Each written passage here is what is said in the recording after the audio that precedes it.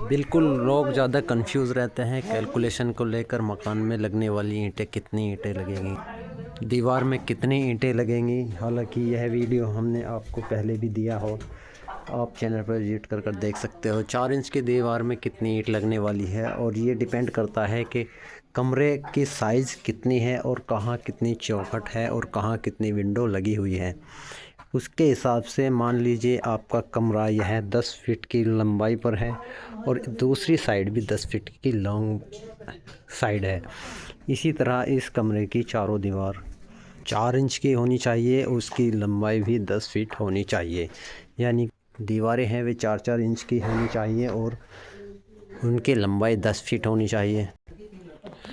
तो वीडियो में बने रहिए और यूट्यूब चैनल को सब्सक्राइब कीजिए और बेल आइकन को प्रेस कीजिए, ताकि आपको ये वीडियो में पता लग सके कि एक कमरे में लगने वाली ईंटें कितनी है। यानी कि 4 इंच की दीवार के अंदर कितनी लंबाई रखनी है और कितनी हाइट रखनी है, जिसके अकॉर्डिंग आपको पता लग सकता है कि कितनी ईंट एक दीवार में लगती है और चारों दीवार के अंदर कितनी ईंटें लगने वाली है।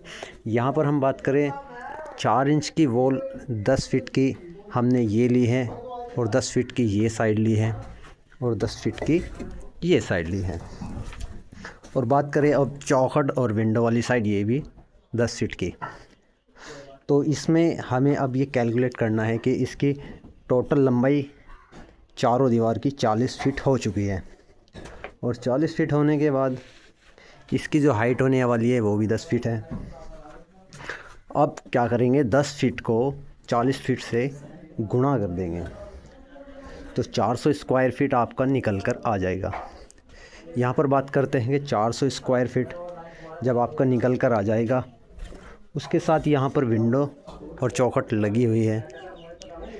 अब आपको करना क्या होगा, इस चौखट की लंबाई और गुना चौड़ाई इसको निकालना होगा, और प्लस जो इसमें चौखट के साथ विंडो लगी हुई है इसको भी प्लस निकालना होगा। यानी कि इसकी लंबाई चौड़ाई, यानी कि दोनों की लंबाई चौड़ाई को आपको कैलकुलेट करना होगा कि कितनी इसकी लंबाई और चौड़ाई है, उसको हम 400 में से निकालेंगे। तो चौखट की लंबाई है 8 फीट और 3 फीट इसकी चौड़ाई है, यानी कि 24 फीट ये हुआ। और इसकी लंबाई है 5 फीट और 4 फीट इसकी चौड़ाई है, 20 फुट यह हुआ। 24 और 20 44 फुट हो चुका है। 44 फीट को आप 400 स्क्वायर फीट से निकाल सकते हो। यानी कि इसकी टोटल जो चारों दीवारें हैं 10 फीट की के हाइट और 10 फीट की चौड़ाई के हिसाब से हमने आपको कैलकुलेट करके दिखाया था कि 400 स्क्वायर फुट बैठ चुका है इस कमरे की लंबाई, और उसके अकॉर्डिंग इसका जो स्क्वायर फीट निकल कर आया है वो 400 स्क्वायर फीट है। और 400 स्क्वायर फीट में से आपको करना क्या है कि यह 44 फुट आपको चौखट और विंडो का स्क्वायर फीट निकालना है। देखिए 400 स्क्वायर फीट जो हो चुका था, ये लंबाई गुना चौड़ाई कमरे की, उसके हिसाब से हम 400 स्क्वायर फीट में से चौखट निकालते हैं।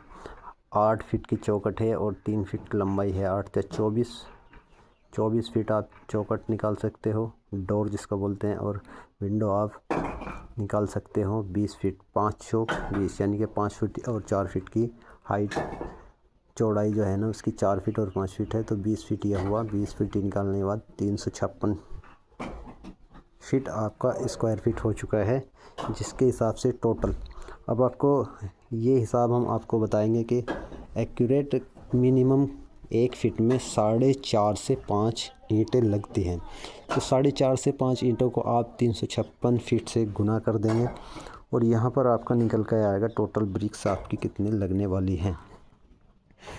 तो आप मैक्सिमम 4.5 फीट से की जगह आप 5 ईंटों से आप गुना कीजिए, तो आपका 1780 ब्रिक्स आपकी इसमें लगने वाली हैं। एक कमरे की लंबाई गुना चौड़ाई 10 फीट चारों दीवार होनी चाहिए और 10 फीट की हाइट होनी चाहिए। उसके हिसाब से आपके जो कमरे की दीवार में जो ईंटें लगने वाली हैं वे 1780 लगने वाली हैं। यहाँ पर हमने जो विंडो और चौखट है इसका स्क्वायर फीट निकाल दिया है। तो आपको समझ आ गया होगा अच्छी तरीके से एक दीवार में कितनी ईंटें लगने वाली है। और इसकी जो 10 बाई 10 की दीवार हैं चारों, ये 400 स्क्वायर फीट हो चुका था और उसमें से चौखट विंडो निकालने के बाद 1780 ईंट आपकी प्रॉपर लग जाएंगी। तो आई होप आपको समझ में आ गया होगा। वीडियो को वॉच करने के लिए थैंक यू। और हमारे चैनल को नए हो तो सब्सक्राइब कीजिए, लाइक कीजिए, कमेंट कीजिए।